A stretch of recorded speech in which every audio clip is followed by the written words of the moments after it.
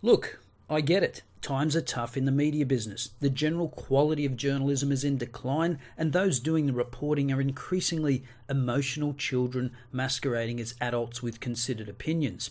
Case in point, Roisin O'Connor writing for The Independent in the UK on the leaked Louis C.K. audio.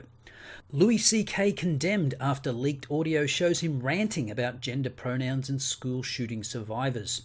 But condemned by who exactly? Certainly not the crowd listening to it in the comedy club for whom it was being performed that overwhelmingly thought it was funny. So who are these people? Well, it turns out a bunch of humorless twats who weren't actually there and have decided that all comedy is to be taken at face value and that comedians believe literally everything they say. No hyperbole, no irony or sarcasm. Now, you see, after years of being a darling of the liberal left, Louis C.K. is now a right-wing comic, according to Jack Everyone I Disagree With is Right-Wing Allison. Some emasculated non-male at Slate called it sickening, whilst the Daily Beast had the hottest take, claiming that Louis C.K. is now pandering to the alt-right, because everyone that doesn't adhere to the social justice orthodoxy must be alt-right. I guess it was alt-right night at the Governor's Comedy Club in New York.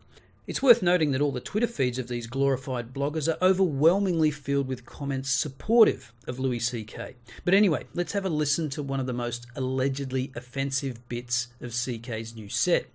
But I'm a little disappointed in the younger generation, honestly, because I'm 51 years old, and when I was like 18 to my 20s, I mean, we were idiots. We were getting high, doing fucking mushrooms and shit. And then older people were like, you gotta get your shit together. And we were like, yeah, fuck you.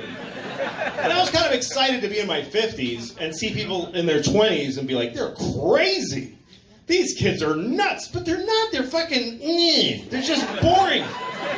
Fucking telling them, you shouldn't say that. What are you, an old lady? What the fuck are you doing? It's not appropriate. Fuck you, you're a child. Why are you finger fucking each other and doing jello shots? Like, why aren't you... You should address me. They're like royalty. They tell you what to call them. You should address me as they, them. Because I identify as gender neutral. Oh, okay. Okay. You should address me as there. Because I identify as a location. And the location is your mother's cunt. It doesn't have to be that nasty. But it can be. I don't know, they testify in front of Congress, these kids? Like, what the fuck?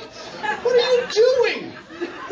You're young. You should be crazy. You should be unhinged. Not in a suit saying, I'm here to tell. Fuck you. You're not interesting. Because you went to a high school where kids got shot? Why does that mean I have to listen to you? How does that make you interesting?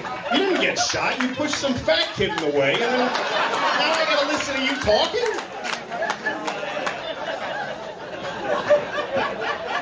Now you can see why these fake journalists wouldn't like it, because he's making fun of them and their miserable, humorless worldview in which they want to decide what is and isn't appropriate for everyone else. Sadly, the irony seems lost on them. But wait a minute, it wasn't just woke journalists that objected. Comedy heavyweight Judd Apatow weighed in, calling Louis hacky, unfunny and shallow. Well, to be fair, Apatow is an expert on hacky, unfunny, shallow comedy. But how exactly is it hacky?